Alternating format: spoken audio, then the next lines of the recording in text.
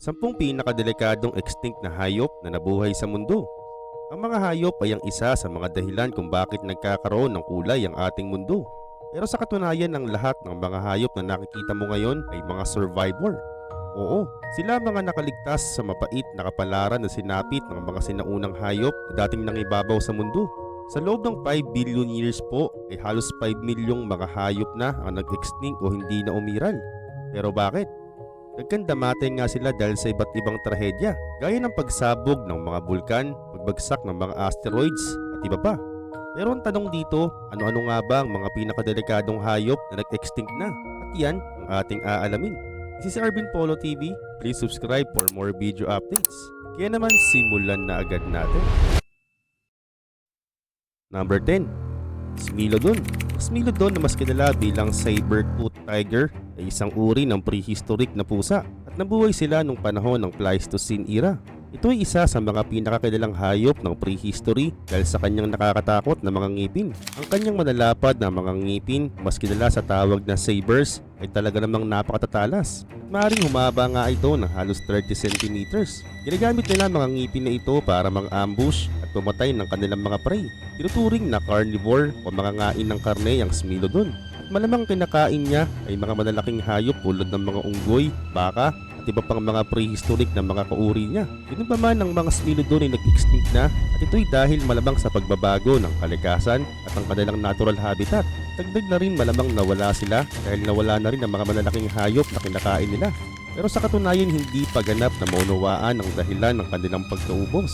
Pero ang mga ebidensya ay nagpapahiwatig na sila'y namatay sa huling bahagi ng Pleistocene era, mga 10,000 years ago na nakakaraan. Ang unang tuklas ng mga labi ng Smilodon ay nakita sa mga bahagi ng North America. Number 9.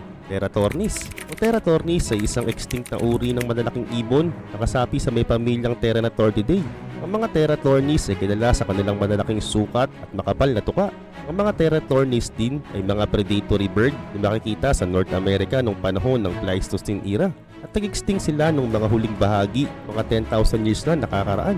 Bukod pa, ang mga Teratornis din ay isa sa mga pinakamalalaking uri ng predatory bird na lumipad sa Pleistocene North America.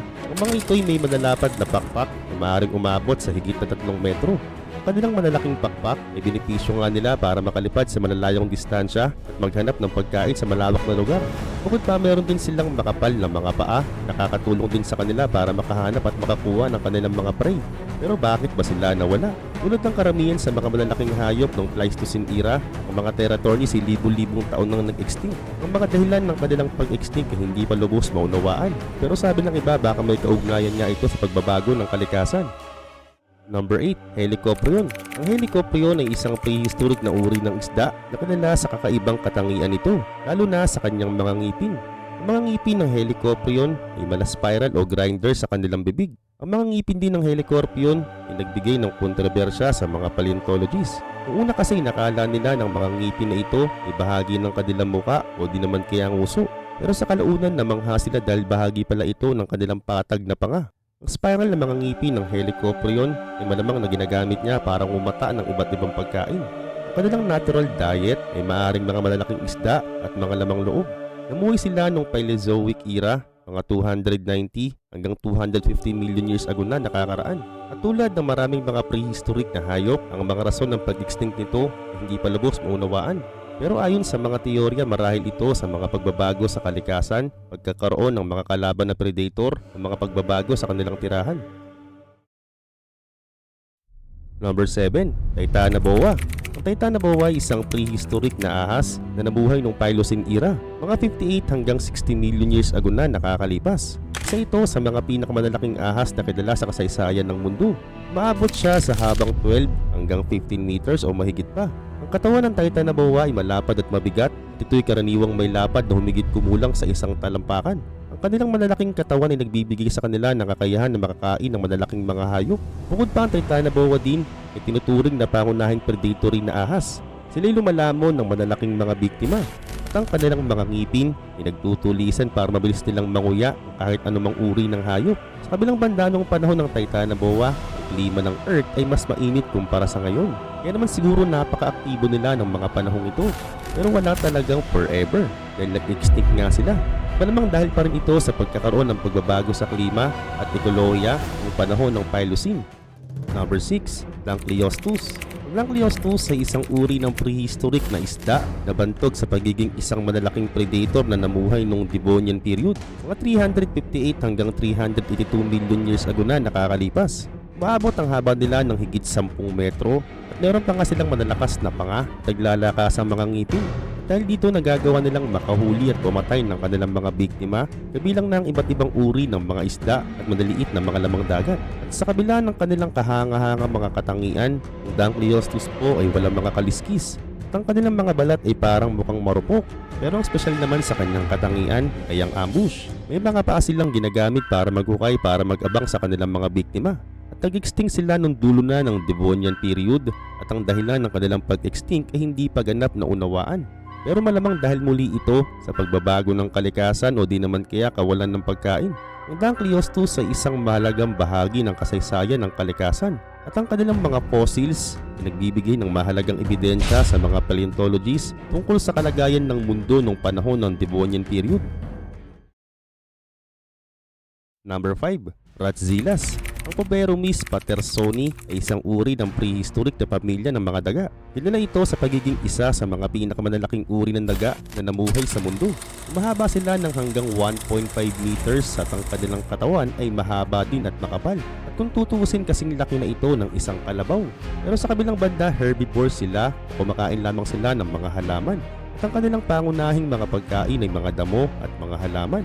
Nag-extinct sila milyong-milyong taon na nakakaraan at ang mga rason ng kanilang pag-extinct ay sa pagbabago ng kalikasan at sa kanilang ecological niche. Ang mga labi ng mga dagang ito ay natagpuan sa mga lugar tulad ng Venezuela at Colombia. At ang kanilang mga fossils ay nagbibigay ng mahalagang mga ebidensya sa paleontologists tungkol sa kalagayan ng kalikasan ng mga panahong ito. Number 4. Short-faced bear. Ang short-faced bear o Arctodus simus ay isang malaking uri ng oso na nabuhay sa North America noong mga huling bahagi ng Pleistocene epoch, mga 1.8 million hanggang 11,000 years ago na nakakaraan. Malalaking hayop sila na maaaring umabot sa habang 3.4 meters at may timbang naman na maaaring umabot ng 900 hanggang 1,400 kilograms. At oo, mas malalaki sila kumpara sa mga kasalukuyang oso. Tinatawag silang short-faced bear dahil sa kanilang maikli at malabad na muka kumpara sa iba pang mga uri ng oso. May mahabang mga paa sila kaya nagagawa nga nilang maglakad ng mabilis. At sa kabila ng kanilang pangunahing pagkain na damo, ang short-faced bear din ay tinuturing din bilang predator dahil sila ay kumakain din ng malalaking hayop tulad ng mga bison. Ang mga fossils ng short-faced bear natagpuan sa iba't ibang bahagi ng North America, kabilang na ang Estados Unidos at Canada. Ang kanilang mga fossils ay nagbigay daan sa mga paleontologists na mas maunawaan ang kalagayan ng mga malalaking hayop sa nakaraan. Number 3. Megalodon. Ang Megalodon ay isang malaking prehistoric na uri ng pating na namuhay noong Miocene hanggang Pliocene epoch, mga 23 hanggang 3 milyong taon na nakakaraan. Ito'y bantog sa pagiging isa sa mga pinakamalaking predator na namuhay sa karagatan. Umahaba sila na umaabot sa higit 15 meters at ang kanilang mga ngipin ay naglalakihan na kayang lumulon ng mga dambuhalang mga hayop tulad ng mga balyena at iba pang mga malalaking isda. Bukod pa, namumuhay sila sa mainit na karagatan sa buong mundo. Pinapakita ng mga ebidensya mula sa mga fossils nila na ang mga megalodon talaga ay naging bahagi ng karagatan. Nag-extinct sila milyong-milyong taon na nakakaraan at ang mga dahilan ng kanilang pag-extinct ay maaring sa pagbabago ng kalikasan, pagkawala ng mga pagkain o iba pang mga ecological na factors. Ganun pa man ang mga labi ng megalodon ay nakita sa iba't ibang bahagi ng mundo. Nagbigay nga ito ng daan sa mga siyentipiko na mas maunawaan ang kanilang anyo at kaugalian. Number 2. Gigantopithecus. Ang Gigantopithecus ay isang prehistoric na uri ng hominins na nagmula sa apelyidong Hominidae. Ito'y kilala sa pagiging isa sa mga pinakamalaking hominins na namuhay sa mundo. Napakalaki nila at talaga namang sila'y nakilala sa kasaysayan ng mundo. Ang kanilang mga bungo ay umaabot ng hanggang 91 centimeters at ang kanilang mga katawan naman ay makakapal at manalaki. Base nga sa mga ebidensya sa kanilang fossils, ay napatunayang tumira sila sa mga tropical na gubat ng Asya, partikular na sa lugar ng China, India at Vietnam. Sila'y tumitira sa mga lugar na saganang mga halaman. Ang kanilang mga fossils ay natagpuan sa iba't ibang bahagi ng Asya. At ang mga fossils na ito ay nagbigay daan sa mga paleontologists at anthropologists tungkol sa kanilang anyo, kalagayan sa kalikasan at relasyon sa iba pang mga hominins. Number 1 ang pinakahuli, terror birds. Ang terror birds ay isang tawag para sa mga malalaking uri ng mga ibon na hindi nakakalipad o flightless birds na namuhay nung panahon ng prehistoric era, partikular na sa mga kontinenteng South America. Ang mga terror birds din ay kilala sa kanilang malalaking sukat at sila yung mahaba ng hanggang 3 meters o mahigit pa, depende sa uri. Ang kanilang malakas na katawan at mahabang mga binti nakakatulong sa kanila na makatayo ng mataas, makakilos ng mabilis. Bukod pa, pangunahin nilang katangian ay ang kanilang nagtutulisang mga tuka. Ito'y ginagamit nila para makapangaso, makakain ng mga biktima. Ang kanilang tuka ay napakatigas na kayang bumutas ng bungo ng hayop. Kanilang karaniwang kinakain ay mga mammals, iba't ibang klaseng mga reptiles, at iba pang mga hayop. At nag-extinct nga sila sa paglipas ng milyong-milyong mga taon. At maaaring ang dahilan ng kanilang pag-extinct ay ang pagbabago sa kalikasan at iba-ibang ecological niche. Dagdag pa na wala na nga rin sila dahil nawala na rin ang mga kasabay nilang iba pang mga malalaking hayop ng mga panahon ng prehistory. At ang mga labi nila o mga fossils nila ay nakita sa South America, partikular na sa mga bansa tulad ng Argentina at Brazil.